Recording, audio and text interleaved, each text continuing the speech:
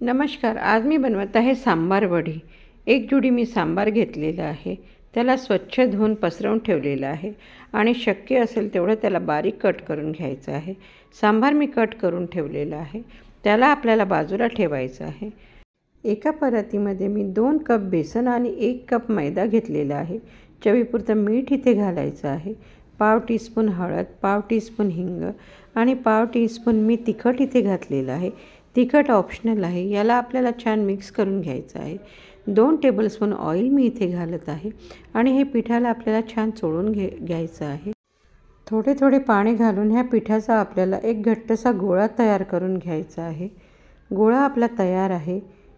याच्यावर थोडंसं 1 टेबलस्पून मी ऑइल घालून पुन्हा एकदा मळून घेते आणि 10 मिनिट ह्या गोळ्याला आपल्याला रेस्ट करायला बाजूला ठेवायचं आहे. आणि आपल्याला शेंगदाणे, तीळ आणि खोबरं यांना छान भाजून घ्यायचं आहे. थंड झाल्यावर त्यांची एक पावडर करून ठेवायची आहे. एका पॅनमध्ये मी 2 टेबलस्पून ऑइल घातलेलं आहे. सांबार वडीला आपल्याला तेल जास्त प्रमाणात घालायचं नाही आहे. ऑइल गरम झालं की यामध्ये मी अर्धा टीस्पून जिरे घालत आहे. जिरे तडतडले म्हणजे यामध्ये 1 टेबलस्पून मी आलं लसूण पेस्ट घालत आहे. आलं लसूण पेस्ट आपल्याला छान परतून घ्यायची आहे. आपल्याला हे सगळं कमी आचेवरच करायचं आहे. आता यामध्ये मी 2 टेबलस्पून खसखस घालते आहे.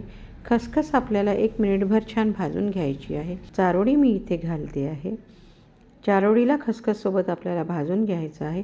हे सगळं आपल्याला मंद आचेवरच करायचं आहे. आणि आता यामध्ये मी पाव टीस्पून हळद, अर्धा टीस्पून तिखट, धने जिरे पावडर, अर्धा टीस्पून आमचूर पावडर, अर्धा टीस्पून गरम मसाला आणि अर्धा टेबलस्पून मी इथे साखर घालत आहे. हे सर्व आपल्याला छान मिक्स करून घ्यायचं आहे. आता यामध्ये शेंगदाणे, तीळ आणि खोबऱ्याचं जे पावडर आपण तयार करून घेतलं ते इथे घालायचं आहे. मसाल्यांचं प्रमाण असं काही निश्चित नाही आहे. आपण आपल्या आवडीनुसार इथे कमी जास्त करू शकतो. हे पावडर घालून आपल्याला छान मिक्स करून घ्यायचं आहे. चवीपुरतं मीठ इथे घालते आहे.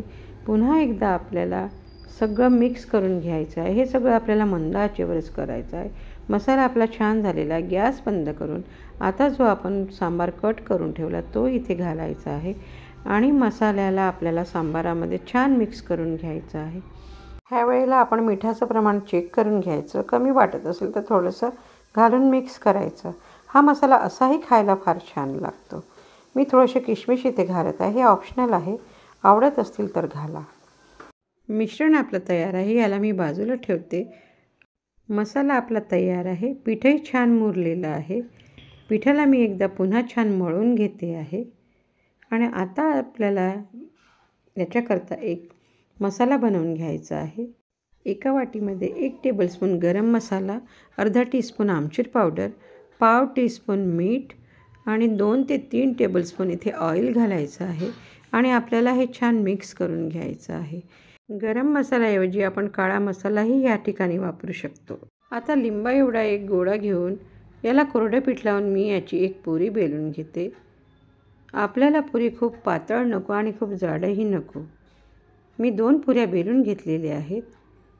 आणि आता आपण जो साठा तयार करून घेतलेला आहे तो इथे पसरून घ्यायचा आहे. बोटाने किंवा ब्रशच्या साहाय्याने हा आपल्याला पूर्ण पुरीवर पसरून घ्यायचा आहे. आणि जे मसाल्याचं सारण बनवलं ते आपल्याला याच्यामध्ये छान भरून घ्यायचं आहे. दोन्हीकडून आपल्याला याला दुमडून घ्यायचं आहे. वरून फोल्ड करताना आपल्याला थोडंसं पाणी लावून दुमडून घ्यायचं आहे म्हणजे आपली वडी तेलामध्ये सुटणार नाही. ह्या पद्धतीने आपल्याला सगळ्या वड्या तयार करून घ्यायच्या आहेत. एका पॅनमध्ये मी तेल गरम करून घेतलेले आहे आणि मीडियम फ्लेमवर आपल्याला ह्या वड्या छान तळून घ्यायच्या आहेत. वड्या छान अलटून पलटून आपल्याला खरपूस तळून घ्यायच्या आहेत. वड्या छान तळून झालेल्या आहेत. यांना मी काढून घेते आहे. सांबार वडी आपली तयार झालेली आहे. ही अशीही खाल्ली तरी छान लागते पण ही कढीसोबत फार छान लागते. एकदा नक्की ट्राय करा. आवडल्यास लाईक करा, सबस्क्राईब करा. धन्यवाद.